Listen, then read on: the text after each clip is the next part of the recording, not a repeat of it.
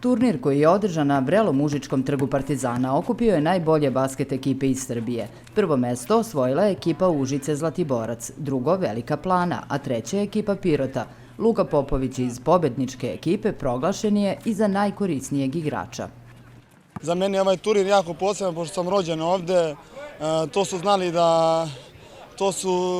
su znali da iskoriste moji momci takođe. Igrali smo kao jedan, pokazali smo, imali smo mali peh u grupi, ali smo digli glave i osvojili ovaj turnir muški. Rezultat nije prava slika. Hoću da kažem da je turnir imao stvarno dobrih ekipa i sa zaslugom smo, nadam se, osvojili ovaj turnir. Od ukupno 14 na turniru su se takmičile 3 ekipe iz Užice i skoro sve stigle do samog finala. Utisci su veoma sjajni, uradili smo po nama jednu veliku stvar, ni ovo nismo očekivali. Krenuli smo od kvalifikacija, a stigli smo maltene do finala.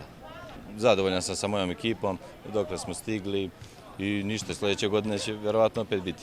Tokom čitavog dana brojni Užičani uživali su u basketu. Zadovoljni su i učesnici turnira.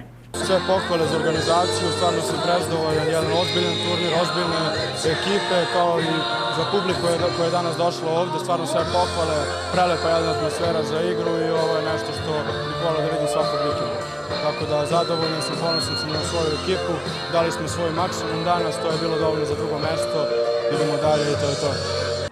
Osim pehara i priznanja, pobednička ekipa Užice Zlatiborac stekla je i pravo učešće na prestižnom međunarodnom turniru u Dubaju.